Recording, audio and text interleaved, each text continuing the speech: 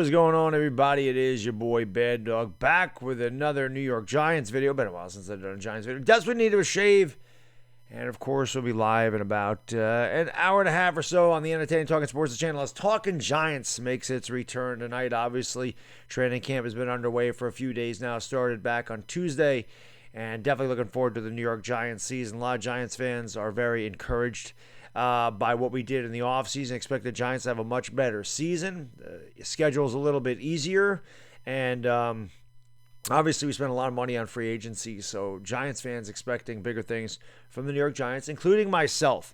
We've talked a lot ad nauseum about how it's a make-or-break season for a lot of these guys.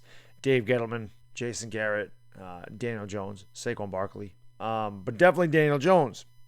And Daniel Jones is off to a very poor start in training camp. I was reading about this not too long ago. People were mentioning to me in the live stream last night, saying, what do you think about Daniel Jones' slow start? And somebody said, oh, that's not true. He's gotten a lot better or whatever. He had a bad first day. But that's not true. Daniel Jones has not been good. He's been underwhelming, as has Kenny Golladay. Today, Daniel Jones missed a wide open Everett. Threw an interception, a red zone drill. These are things that he did last year, that really irritated me more than anything else, was how bad the Giants were in the red zone. And you would have hoped, now obviously Kyle Rudolph is not there, but you would hope by adding a Kyle Rudolph, if he's healthy, and a Kenny Golladay and a Saquon Barkley, who's obviously not there as well, that the red zone offense would become much more efficient. The Giants were 31st in points scored. Obviously, the reason being is they're kicking field goals and not scoring touchdowns, and this has to change. Now, I see Eagle fans, and of course, it's the same ones. Philly 500, you're getting yours, man. Trust me. You are getting a troll video. Oh, yeah, I'm planning it, buddy. It's coming, and it'll be very entertaining. As you all know, the Bad Diggity Dizzle's very entertaining when he wants to be. But in all seriousness, Eagle fans are, they're making a big deal about Jalen Hurts, and look at these numbers. And it's one thing when you're in shorts, right? So it's one thing, though. Jalen Hurts is putting up good numbers. Daniel Jones is not. But how much stock do you really put in preseason? How much is this good defense, bad offense? How much is it just the way they're playing? It's so difficult for me to say, hey, the quarterback's tearing up the defense. God, good for the quarterback, bad for the defense. When Daniel Jones is trying to throw against the secondary, and Kenny Galladay's been very underwhelming as well. He's off to a very slow start, and that's because of James Bradbury. So do you sit there and go, God, well, this Kenny Golladay signing looks really bad? And I know, listen, believe it or not, I know this is hard to believe. There are fans more impatient than yours truly. And I know I'm a very impatient guy. I own that. Listen, there's a lot of bad things about me. I'm loudmouth, stubborn, abrasive, all this stuff. And believe it or not, my wife's been with me for 21 years. So there must be some good qualities I have. But patience is not one of them. So you know me, man. I am very impatient. I fly off the handle. I'm very reactionary. You all know how I am. But there are people more impatient than me. So there may be people already. I mean, we already know there's people calling Kadarius Toney a bust because he's had a very weird offseason. We've heard that. I'm sure there's people already on Kenny Galladay's case and Daniel Jones. I'm sure there's people saying, Gettleman needs to be fired. Kenny Golladay is terrible. This was a terrible signing. Been 4 days in training camp. But in all honesty, man, you do want to hear some better things from the offense. It's nice that our best cornerback is locking up Kenny Golladay. Kenny Golladay really hasn't done much. It's nice to hear James Bradbury is the man. We know this. And we know that the Giants' strength is still their defense. But I want to ask you guys, how much, and again, it's 4 days. I don't want to say how worried are you about this, but are you concerned at all that Daniel Jones and Kenny Golladay can't get on the same page, that the offense looks very sluggish and the offense is still having a hard time finding its rhythm? Is this Daniel Jones' fault? Is it Kenny Golladay? Is it Jason Garrett? Is it the combination of everything else? Obviously, the Giants made some signings today, and Todd Davis coming in here and Looney coming in here. The Giants' offensive line, which is a huge question mark. I know, and shout out to my man Fisk Vegas. I love Fisk. Fisk has way more confidence in the offensive line than I do. Like, I can't say I have confidence or I'm not confident. I just don't know what the offensive line is. What I do know is that the offensive line is very thin already, and it's kind of devoid of talent a little bit. We have to develop a lot of these guys, and obviously Judge and Gettleman felt like they had enough.